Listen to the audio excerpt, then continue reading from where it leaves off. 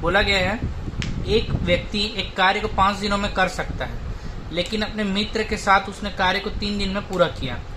उसका मित्र उस कार्य को अकेले कितने दिन में कर सकता है, ठीक है, कितने समय में। तो हम क्या मान लेते हैं, कोई एक व्यक्ति मान लेते हैं, ए मान लेते हैं, ठीक है। एक व्यक्ति क्या मान लेते हैं, ए मान लेते हैं। बहुत कम लाइन में खत्म हो जाएगा, देखिएगा। एक व्यक्ति ए मान लेते हैं, ठीक। अब क्या बोलता है, ए जो है वो कितने दिन में खत्म कर रहा है, बोल रहा है 5 दिन में कर सकता है कोई काम को, ठीक है। अब मान लेते हैं उसका कोई साथी कौन आ गया, बी आ गया। तो क्या बोल रहा है, अपने मित्र के साथ उस कार्य को 3 दिन में कर रहा है। ए अकेला था ही, 5 दिन में कर रहा था, अब उसका साथी कौन आ गया, बी आ गया। दोनों मिलके कितने दिन में कर ले रहे हैं, बोल रहा है 3 दिन में, ठीक है। जब भी समय दिया रहा है ऐसा, ठीक है, तो क्या करते हैं हम कुल कार्य को निकाल लेते हैं। कैसे निकालेंगे, देखिए ए अकेला 5 दिन में कर रहा है और ए प्लस बी दोनों कितने दिन में कर रहे हैं, 3 दिन में। तो दोनों का जो कुल भाग काम आएगा कितना आएगा, 15। 5 और 3 का एलसीएम ले लीजिएगा, कितना आएगा, 15। तो अब उसकी क्षमताएं निकल जाएंगी, कितना कितना, देखिए ए का कितना निकल जाएगा, देखिए 15 से 5 को काटेंगे तो 3 और 15 को 3 से काटेंगे तो 5, ठीक है। दोनों का क्षमता निकल गया, ठीक। अब सिंपल क्या हो रहा है, देखिए ए का क्षमता 3 है और ए और बी को मिला के उनका क्षमता कितना है, 5 है। अब क्या बोला, देखिए क्वेश्चन बोला है यदि उसका मित्र कार्य को अकेले कितने दिनों में कर सकता है। देखिए सिंपल है, ए का क्षमता 3 है और ए प्लस बी का क्षमता कितना है, 5 है। यानी इस ए प्लस बी में ए का क्षमता ऐड है कितना, 3। तो बी का क्षमता कितना होगा, सिंपल बात है 2। 5 में से 3 को अब घटा देंगे तो कितना आएगा, 2, ठीक है। तो ए का जो क्षमता है वो 2 है और कार्य का कुल टोटल भाग कितना है, 15 भाग है। और जो बी है उसका क्षमता कितना है, 2 है। तो इस 15 कार्य को 2 भाग में बांट देंगे तो 2 एकम 2 और ये कटेगा तो कितना आएगा, इसको 7.5 लिख सकते हैं या 7 सहित 1/2 दिन आएगा। तो इस प्रकार बी का अकेला काम निकल जाएगा, ठीक। चलिए अगला क्वेश्चन देखते हैं। देखिए इसी प्रकार से अगला क्वेश्चन बोला है एक त्रिभुज की भुजाओं का अनुपात 1:2, 1:3, 1:4 है। इसका परिमाप दिया है 104 सेंटीमीटर। तो त्रिभुज की सबसे लंबी भुजा क्या है। एक बात याद रखिएगा, जब भी जो भुजा है या अनुपात, जो भी अनुपात में कभी भी दिया रहा है और बटे के रूप में दिया रहा है, तो सबसे पहले हमको क्या करना, देखिए जैसे यहाँ पास क्या दिया है, 1/2, ठीक, अनुपात 1/3, अनुपात 1/4। तो सबसे पहले जब भी बटे के रूप में दिया रहा है तो अनुपात में क्या कर लीजिए, उसको संख्या में लाने के लिए नीचे की जो संख्या है, जो हर वाली संख्या, उसका एलसीएम ले लीजिए। तो 2, 3 और 4 का एलसीएम लेंगे तो कितना आएगा, 2, 3, 4 का एलसीएम लेंगे तो आएगा 12, ठीक है, 12 आएगा। अब क्या कर दीजिए, 12 आएगा तो सब के ऊपर में 12 का जो उसका लघुत्तम उसका गुणा कर दीजिए, 12/2 कर दीजिए, ठीक। और ये क्या हो जाएगा, 12/3 हो जाएगा और ये क्या हो जाएगा, 12/4, ठीक है। अब देखिए आप कटाएंगे तो कितना हो जाएगा, 2 से कटाएंगे तो 6, 3 से कटाएंगे 12 को तो 4 और 4 से कटाएंगे तो 3। तो ये संख्या में आ गया 6:4:3, ये भुजाओं का अनुपात आ गया। अब सिंपल क्या बोला है, कोई भी त्रिभुज का परिमाप, वृत्त का परिमाप, वर्ग का परिमाप, मैंने आपको इसके पहले भी सॉल्यूशन में बता चुका हूँ। परिमाप का मतलब होता है सिंपल चारों ओर का माप, परि मतलब चारों और माप सीधा बात मापना, तो चारों ओर का माप। अब यहाँ पर त्रिभुज बोला है तो 3 त्रिभुज में कितनी भुजा है, 3 ओर का माप, 3 तो भुजा है तो 3 ओर का माप, तो तीनों को जोड़ दीजिए, ठीक है। तीनों का माप परिमाप कितना हो जाएगा, 6x, 4x और 3x, ठीक। यहाँ लिख लीजिए, परिमाप निकाल रहे हैं, है ना। अब एक मेरे को बात बताइए, परिमाप यहाँ पास क्वेश्चन में कितना दिया है, 104 सेंटीमीटर, कोई भी दिक्कत नहीं, 104 लिख लीजिए। 6, 4, 10, 3, 13 x लिख लीजिए, ठीक। तो x बराबर, इसको मैं x को इधर रख रहा हूँ, इस संख्या को इधर रख रहा हूँ, ठीक है। तो x बराबर क्या हो जाएगा, 13, 104 के नीचे चल देगा तो कितना हो जाएगा, बटे में हो जाएगा। तो क्या हो जाएगा, 13×13, 13×8 104। अब क्या बोला है, इस पे बोला है त्रिभुज की सबसे लंबी भुजा। अब आप खुद देख लीजिए, इन तीनों में सबसे लंबी कौन है, 6x है ना। हम लंबी भुजा कौन से माने थे, लंबी भुजा 6x माने थे। तो क्या कर लीजिएगा, 6x है तो इसके जगह 6 गुणा क्या कर दीजिए, 8 कर दीजिए, तो कितना आ जाएगा बताइए, 48 सेंटीमीटर, ठीक। इस प्रकार निकाल सकते हैं। चलिए अगला क्वेश्चन देखते हैं। देखिए क्या बोला है अगला क्वेश्चन, एक व्यक्ति अपने पुत्र से 24 वर्ष बड़ा है। 2 वर्षों में उसकी आयु उसके पुत्र की आयु की दुगनी होगी। पुत्र की वर्तमान आयु क्या है बोला, ठीक है। तो देखिए एक व्यक्ति अपने पुत्र से 24 वर्ष बड़ा बोला, तो व्यक्ति को हम क्या डिनोट कर लेते हैं, V से या P से। तो व्यक्ति को हम क्या कर लेते हैं, व्यक्ति को मान लेते हैं पी मान लेते हैं, ठीक है, पिता होगा। और पुत्र को क्या मान लेते हैं, सन, एस से डिनोट कर लेते हैं, ठीक है, सिर्फ डिनोट करने के लिए बोल रहा हूँ, आप कुछ भी मान सकते हैं, ठीक है। पिता व्यक्ति है तो उसको मैं पी मान लिया, और पुत्र है तो उसको एस यानी सन मान लिया इंग्लिश का, ठीक है।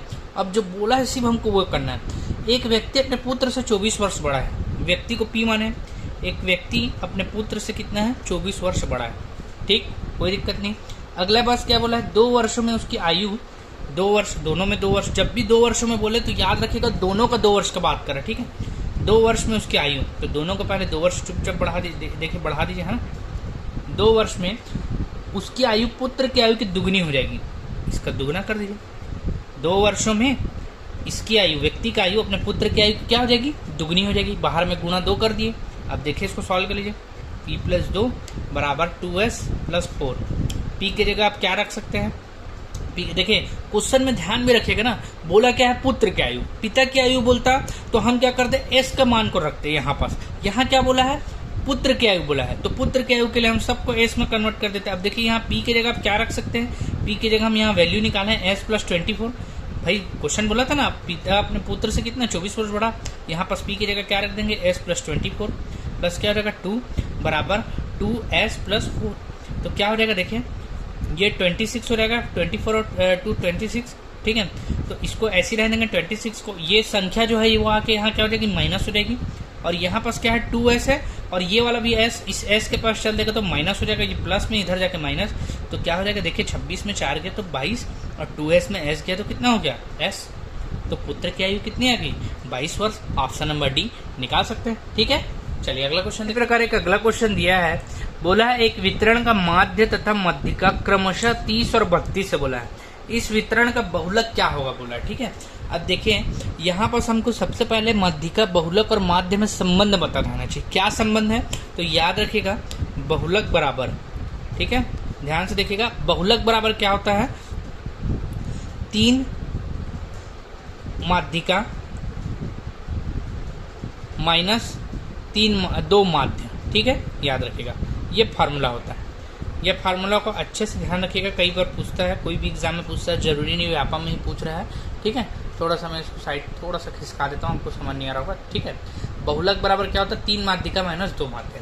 अब सिंपल है, क्वेश्चन में क्या बोला है, देखिए माध्यिका, माध्य का मान दिया है 30 और माध्यिका का मान क्या दिया है, 32 दिया है, ठीक है। तो माध्यिका बहुलक निकालना है, तो माध्यिका 3 गुणा माध्यिका कितना दिया है, 32, और माध्य कितना दिया, 2 गुणा 30, बस 3 कितना होता है, 32 दिया कितना होता है 96, और 30 दूनी कितना होता है 60, घटाएंगे तो कितना आएगा 36, बस बहुलक निकल गया, खत्म, ठीक है। चलिए अगला क्वेश्चन देखते हैं।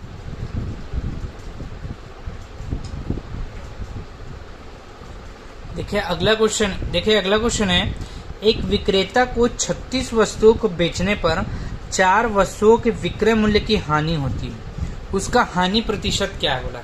इस प्रकार का जब भी क्वेश्चन आता है हम बहुत थोड़ा सा उलझन में हो जाते हैं कि बेच रहा है तो कितना ज़्यादा उसको, यानी कितना तो विक्रय किया होगा, कितना, ये थोड़ा सा हल्का कई बार वो रहता है, लेकिन अपन इसको एकदम बेसिक करेंगे, बिल्कुल देखिएगा आपका तुरंत बन जाएगा। कैसे देखिएगा, क्या बोला है, एक विक्रेता 36 वस्तुओं को बेचने पर 4 वस्तुओं के विक्रय मूल्य की हानि होती है। सबसे पहले हमको पता रहना चाहिए हानि बराबर क्या होता है। देखिए हानि बराबर क्या होता है, देखिए हानि बराबर होता है CP माइनस SP, अर्थात आप जितने रुपए का खरीद रहे हैं उससे कम में यदि आप बेचेंगे तो क्या होगा, आपका हानि होगा, ठीक है। इसका कॉस्ट प्राइस माइनस क्या होता है, सेलिंग प्राइस, ये आपको पता है, क्रय मूल्य माइनस विक्रय मूल्य।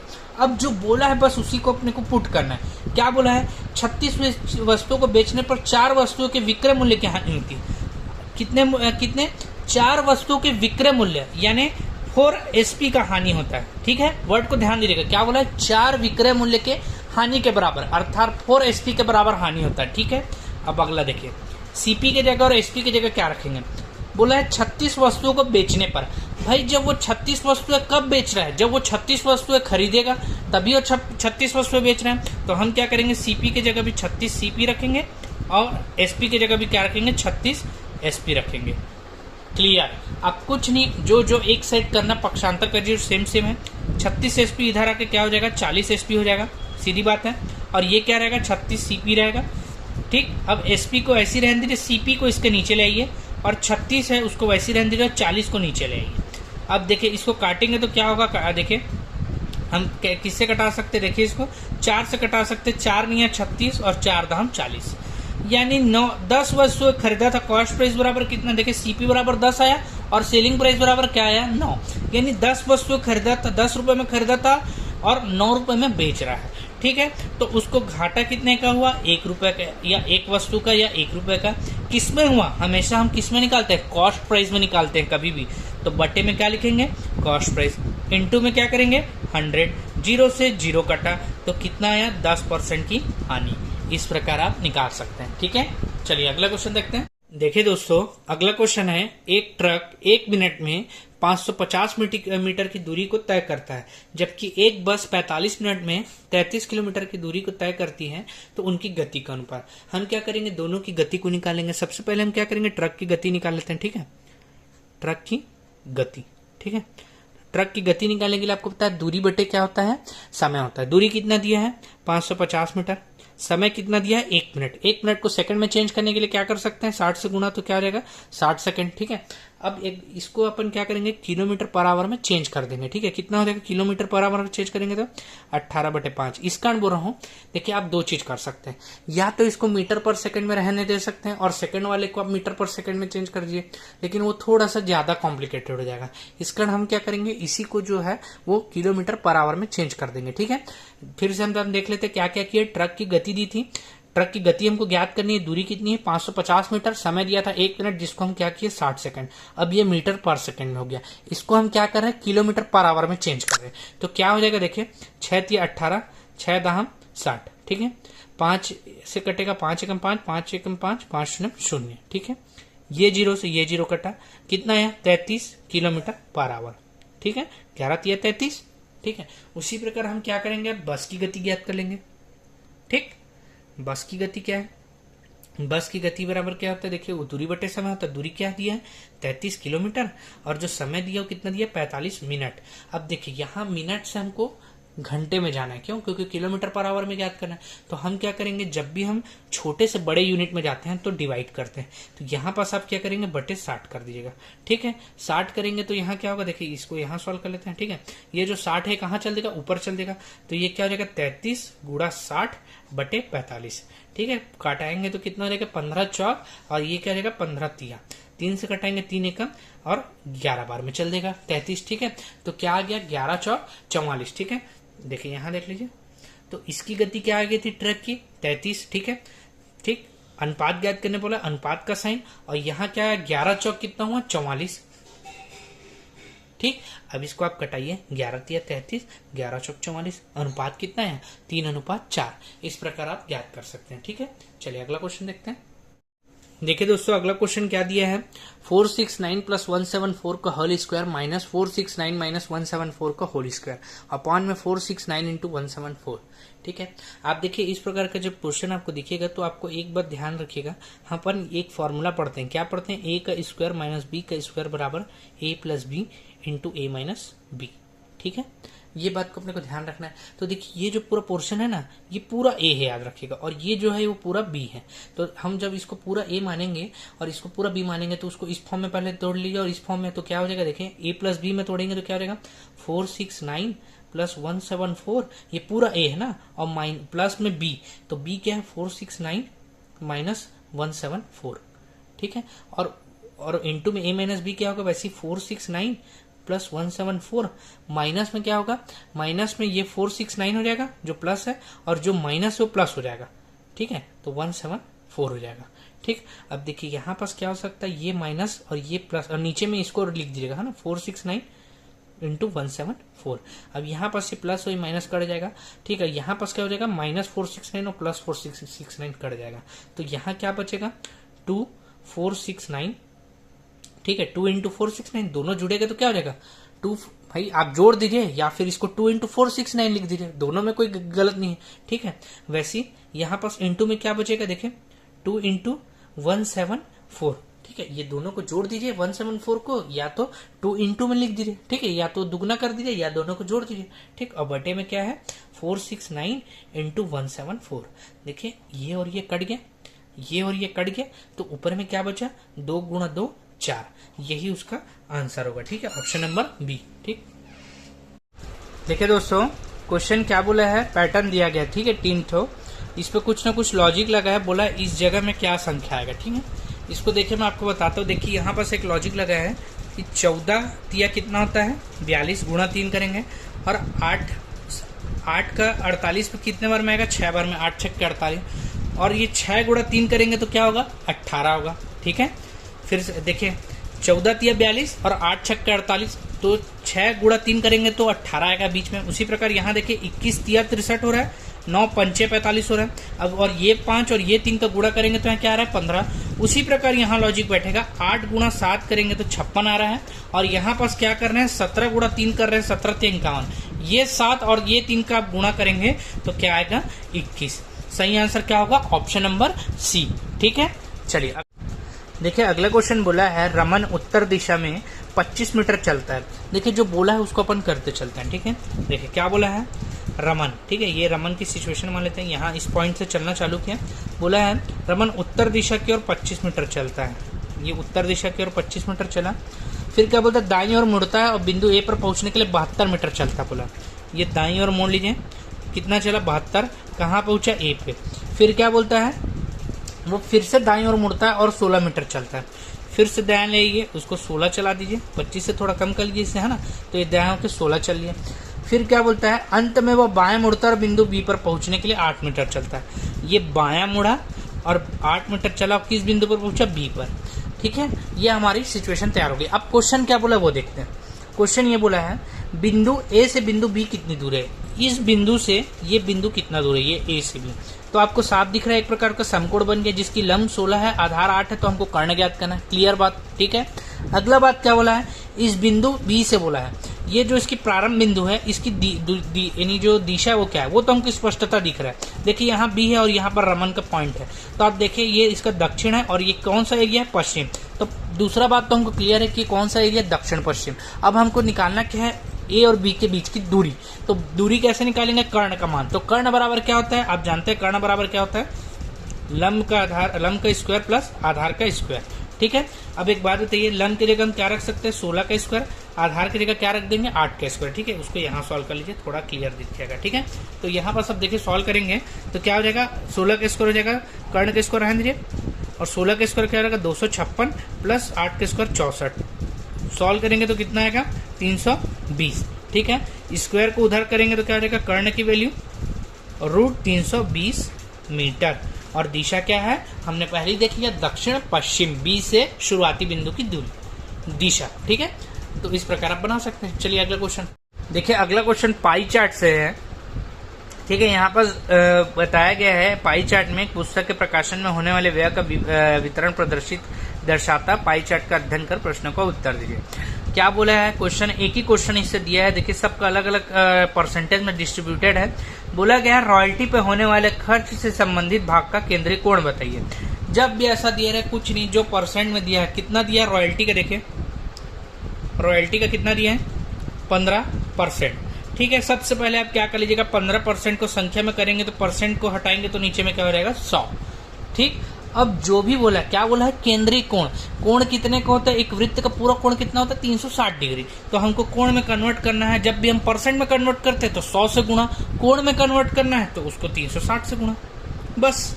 0 से 0 कैंसल, कितना हो जाएगा, देखिए काटेंगे तो 18 से कट जाएगा 36, और 10 कट जाएगा 2 से 5 बार में, 5 एकम 5, 5 तिया 15, तो कितना रहेगा, 18 तिया 54 डिग्री। सही आंसर क्या होगा, ऑप्शन नंबर सी।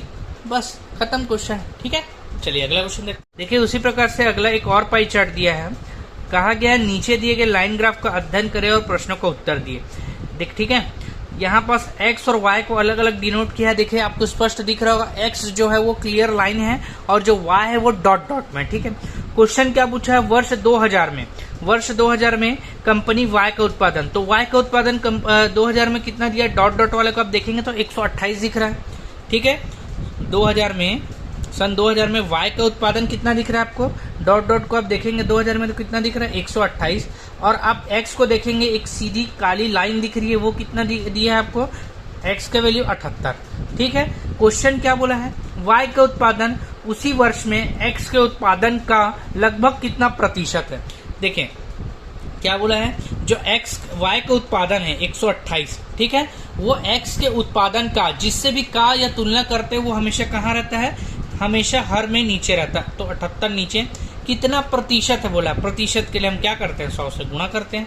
लगभग प्रतिशत बताने बोला है, एग्जैक्ट आंकड़ा नहीं आएगा तभी वो लगभग बोला है, एग्जैक्ट आंकड़ा नहीं आता तभी लगभग बोलता जाता है। तो चलिए इसको कटा के देख लेते हैं, 2 पंचे 10, 2 शून्य शून्य, इसको कटा दिए 78 को तो 39 बार में जाएगा। ठीक है, और कुछ अभी तो नहीं दिख रहा है, तो आप क्या कर दीजिए, सिंपल इसको गुणा कर दीजिए, 5 से करेंगे तो कितना हो जाएगा, 5 अट्ठे 40, 12 पंचे 60 और 4 64, और ये 0 एक्स्ट्रा होगा। 39 से भाग दे दीजिए, देखिए कितने बार में जाएगा, 39 से कम 39 बार में चल देगा। ठीक है, तो कितना हो जाएगा, देखिए 14 में से 9 गया, 5 बचा, 5 में से 3 गया, 2 बचा, 0 उतारे। ठीक है, थोड़ा इसको मैं ऊपर कर देता हूँ, ठीक है, थोड़ा सा क्लियर आएगा आपको। ठीक है, अब देखें 250 बचा, 39 का पहाड़ा पड़े कितने बार में 250 के आसपास आ सकता है, तो 39 छक्के में आ जाएगा, 39 छक्के 6 ने 54, 6 × 18, 7 × 21, 7 × 21 27, ज़्यादा हो जाएगा। तो ये मेरे ख्याल 6 बार में आ जाएगा। देखें 6 नहीं है, 54 की 4 हंसली 5, 6 × 18 और 5 23, ये 6 बार में आ जाएगा। ठीक है, अब देखिए 10 में से 4 गया 6 और 4 में से 3 गए 1। ठीक है, अब आप सीधा सीधा ऑप्शन में ही समझ जाएगा, आगे सॉल्व मत करिएगा, कर लेंगे बहुत अच्छा है, लेकिन समय आपके पास वैसे ही बहुत कम दिए। अगर आप देखेगा तो 16 और ऑप्शन में 16 से स्टार्ट ओनली ऑप्शन बी है, तो सही आंसर क्या हो जाएगा 164। आगे और आप भाग देके देख सकते हैं। ठीक है, चलिए अगला क्वेश्चन देखते हैं। देखिए पिछले बार टाइप का क्वेश्चन सेम दिया है, इसमें क्या बोला है, पिछले बार जैसा जो दिया था पुस्तक वाला उसी टाइप का इस पर क्वेश्चन दिया है। अगला बोला गया पुस्तक पर रॉयल्टी छपाई की लागत से कितना कम है। तो आपको पता रहना चाहिए पुस्तक पर रॉयल्टी कितनी है, तो रॉयल्टी हमने क्या देखा था कितनी है, 15% है। ठीक है, और छपाई की लागत कितनी है बोला है, छपाई की लागत यानी प्रिंटिंग लागत, छपाई यानी क्या होता है प्रिंटिंग, है ना, तो प्रिंटिंग की लागत कितनी है या छपाई आप लिख लीजिए, तो 20% है। क्या बोला है क्वेश्चन, पुस्तक पर रॉयल्टी छपाई की लागत से कितना कम है। तो आपको दिख रहा है कि छपाई है 20 और रॉयल्टी है 15, तो कितना कम है 5 है। और किससे बोला है, छपाई से कितनी कम है बोला है। ठीक है, तो 5 तो लिख लीजिए, और जिससे कम या ज्यादा बोलता है वो हमेशा नीचे रहता है, तो छपाई से बोला है तो 20 क्या रहेगा हर में। परसेंटेज में बोला है कितने प्रतिशत बोला है ना, लागत से कम है बोला है, परसेंटेज यूज नहीं किया, बट वो उसी को पूछ रहा है कि लागत से कितना कम है, ऑप्शन ही परसेंटेज में दिया है, इसी कारण निकालना है परसेंटेज। ठीक है, गुणा कर दीजिए 100, काटेंगे 5 चौक 20, 4 से काटेंगे 100 25 बार में कटेगा, सही आंसर क्या आएगा 25%, ऑप्शन नंबर डी। ठीक है, चलिए अगला देखते हैं। अगला क्वेश्चन क्या दिया, पासे से संबंधित बोला है। ठीक है, क्या बोला है क्वेश्चन, किसी घन, ठीक है, या डाइस के विभिन्न सतहों में 6 अक्षर कौन कौन से, H, capital H, small h, 1 और @ परसेंटेज और डॉलर यह संकेत लिखा गया है। घन की 2 स्थितियां चित्र में दी गई है, तो उस अक्षर या संकेत को ज्ञात कीजिए जो H के विपरीत है बोला। ठीक है, यहाँ 1 दिया है या शायद I दिया है, कोई दिक्कत नहीं है। ठीक है, आपको मैंने इसके पहले भी जो PSC का मैथ्स का सॉल्यूशन था उसमें मैंने आपको बताया था। देखिए 2 पासा दिया, उसमें हम सबसे पहले क्या देखते हैं, कौन सा वर्ड कॉमन है या कौन सा लेटर कॉमन है। तो यहाँ पास जो 1 या I दिया वो दोनों कॉमन है, दोनों में 1 ही लेके चलते हैं, तो 1 दोनों में कॉमन है, तो उन दोनों को एक दूसरे के नीचे लिख लीजिए सबसे पहली बार। अब देखिए 1 जो पहला पासा है उससे 1 के क्लॉकवाइज चलिए, यानी घड़ी की दिशा में चलिए, तो 1 के बाद क्या है, पहले पासा में H है, H के बाद क्या है, परसेंटेज है। सेम उसी प्रकार सेकंड वाले जो पासा है उसमें भी 1 के बाद क्लॉकवाइज चलिए घड़ी की दिशा में, तो 1 के प्लस बाद क्या है, @ H के नीचे लिखिएगा, और उसके बाद क्या है, स्मॉल h परसेंटेज के नीचे। अब एक बात बताइए, H का अपोजिट हो गया @ परसेंट का अपोजिट हो गया स्मॉल h, तो 1 का अपोजिट क्या होगा, जो बच गया, क्या बच गया, डॉलर। डॉलर यहाँ पास नहीं है, तो वही क्या हो जाएगा 1 का अपोजिट। ठीक है, डॉलर। अब क्या बोला है क्वेश्चन वो ध्यान दीजिए, बोला क्या है H के विपरीत, तो H के विपरीत क्या है, @ ठीक है, तो इस प्रकार से मैं आपको लास्ट में इसका और डॉलर का बता रहा था, ताकि आपको अगर मान लीजिए 1 का पूछता तो भी आप बता सकते थे। यहाँ तो सिंपल अपन निकाल देते एक, लेकिन आपको बोलता 1 का क्या है, तो इस प्रकार आप निकाल सकते हैं। ठीक है, चलिए अगला क्वेश्चन देखते हैं।